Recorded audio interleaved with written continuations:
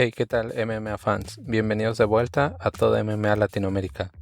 En el video de hoy hablaremos sobre un intercambio que tuvo Conor Mcgregor con Daniel Cormier después de que DC lo criticó por no tomar la pelea para hacer el reemplazo de Khabib contra Tony cuando esta estaba planeada.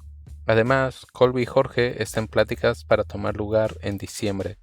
Finalmente, Paulo Costa está molesto después del gesto que Adesanya hizo justo después de su victoria, y más.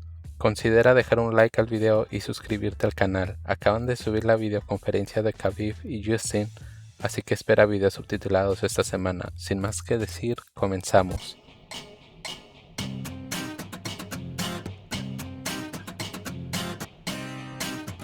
Después del show de Ariel Helwani con Daniel Cormier en ESPN MMA en YouTube, DC fue muy crítico sobre la serie de tweets de Conor McGregor, hablando sobre cómo no rechazó ninguna pelea y su plan para la temporada de McGregor fracasó. Les dejo el clip subtitulado. I strongly believe that this has been the lone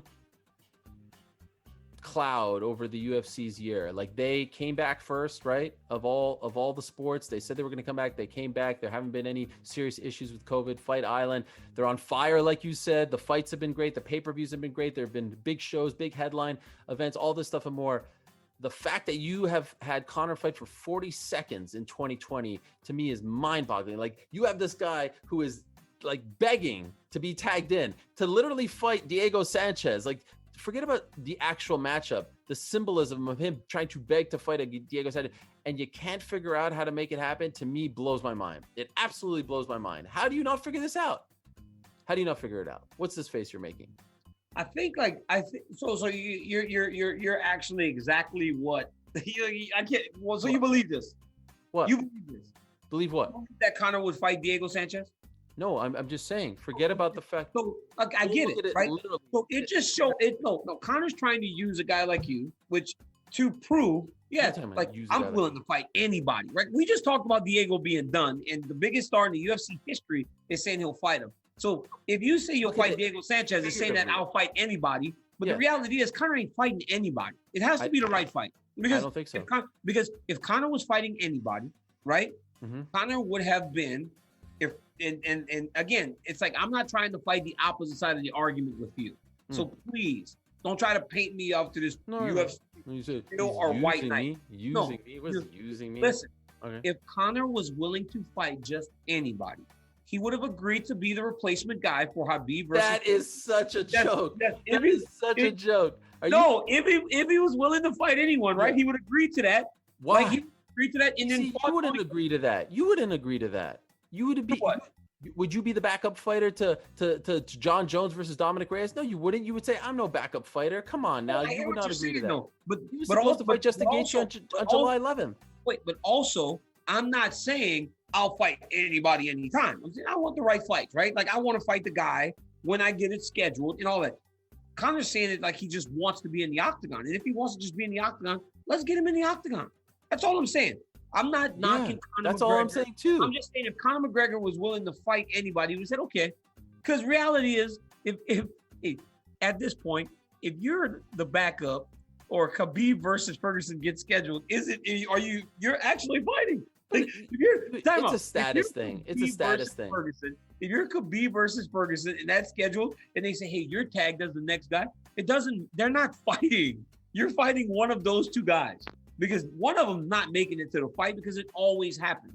So history would have shown, Would Canelo ever be the backup fighter? Would Triple G be the backup fighter? I get it. Conor's a bigger star than anyone, so he shouldn't have to be a backup. Yes. I'm trying to prove to you that if this is real, like, I'll fight anybody anytime, that would have been the case. Sorry. I mean, you're never going to get me to agree to it. What a flawed argument. What a flawed argument. I can see now. By the way. I can see now why people go, oh, Ariel loves Conor. No, because everyone's afraid to say that he's right. In this situation, I'm not saying he's wrong. I'm not saying he's wrong. By the way, you're also ignoring the fact that back in May, he couldn't come into the country. Couldn't actually come into the country. Oh, you're forgetting that little detail, right? But again, like, now we're talking about a whole bunch of other things. Right. We're talking about just fighting, but we're talking about just fighting. But he could have gotten into the country in May, right? Because he fought in January. If you fought here, you could get back into the United States at the time. So during the pandemic? Yeah, during the pandemic. Are you crazy? What are you talking about? I mean, Después de esto, Conor respondió en Twitter y abro comillas: pedí por mayo, gordo, ¿de qué estás hablando? Peleé en enero y traté de pelear de nuevo, pero lo pospusieron para que sea la alternativa para una pelea en julio. Esperé 7 meses completos y quizás obtener una pelea. ¿Estás tonto? ¿Qué estás diciendo, amigo? Pedí por mayo contra quien sea. Cierro comillas. Este tweet lo eliminó enseguida. Todo esto empezó con una serie de tweets de Conor McGregor, donde publicó unos screenshots de una conversación con Dana White para arreglar una pelea, pero no se llegó a términos. En resumen, en todos los screenshots, Conor estuvo pidiendo una pelea para mayo en Los Ángeles. Mencionó a Diego Sánchez, pero Dana dijo que no tenían eventos en Los Ángeles. Además, en mayo no hay ningún evento grande para poner a Conor. Dana le ofreció julio, pero Conor sintió que era mucho la espera. Además, desde febrero, Conor se negó a hacer el reemplazo para Khabib contra Tony cuando esa pelea estaba planeada. Conor publicó eso para mostrar que él no rechazó peleas, simplemente no se siente ser el reemplazo para nadie, y al no conseguir ninguna pelea decidió retirarse del MMA, y terminó con un tweet acerca de una posible pelea con Manny Pacquiao. Incluso el Twitter oficial de CNN Filipinas publicó esto: senador y leyenda del boxeo Manny Pacquiao peleará contra la superestrella del UFC Conor McGregor el próximo año. Su oficina confirmó. Dijo que aún hay detalles por ser finalizados, pero una gran porción de las ganancias de Pacquiao será para ayudar a personas afectadas del COVID-19 en su país. Con todos estos screenshots, Dana se molestó porque no le agradó que Conor publicara una conversación privada, y ahora Conor y la UFC no están en buena relación. Les dejo el clip de Ariel y DC hablando acerca de esto. But DC, the real story is what is going on, and it just seems like every day the relationship gets worse, right? The DMs, Dana says he breaks the code. Conor comes back and says, well, the code was broken when you told people that I didn't want to fight. Like, this seems to be a very toxic relationship right now. How do they fix it? How do you make things better with the biggest star in the history of the sport? Because this isn't going down the right path, right? No, it's not. And you know, I think that these guys have done that before, right? This isn't new, right? Conor McGregor in the UFC being on bad terms isn't really new, especially lately, right? Like, they've been in these fights for a long time, and ultimately they get things worked out, and I believe that that's going to happen again. But I think a level of trust has been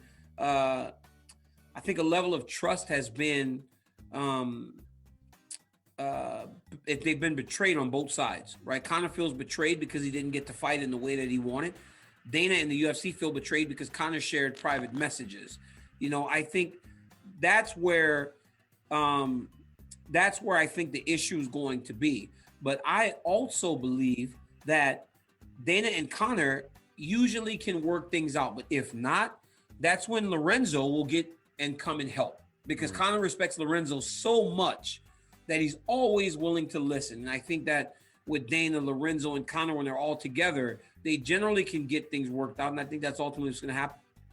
I still think eventually he comes back, he fights in the UFC, probably not this year. I mean, the clock is ticking, and he fights the winner of Khabib versus Gaethje. I think that's what they always wanted, right? And they were just trying to buy some time. So maybe he fights a Pacquiao in December or January, and then he fights Khabib or Gaethje in April. It could all be fixed, but right now it's like reaching some sort of like uncomfortable, because it's uncomfortable to watch, right? Because it's like you got two guys, right? You got two guys that don't seem like they're gonna back down, right? Like, why would Dana White ever back down to anyone, right? Doesn't need to. He's got a whole organization to replace fights. Like, this is his world.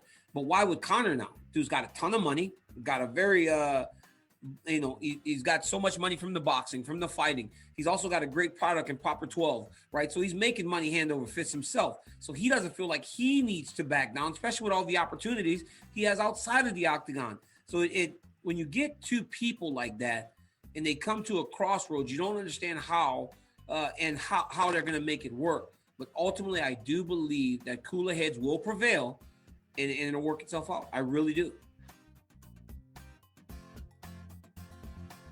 ¿Ustedes qué opinan de toda esta situación? ¿DC está en lo correcto por criticar a Conor, o Conor es el que tomó las decisiones necesarias para mantener su nombre en alto?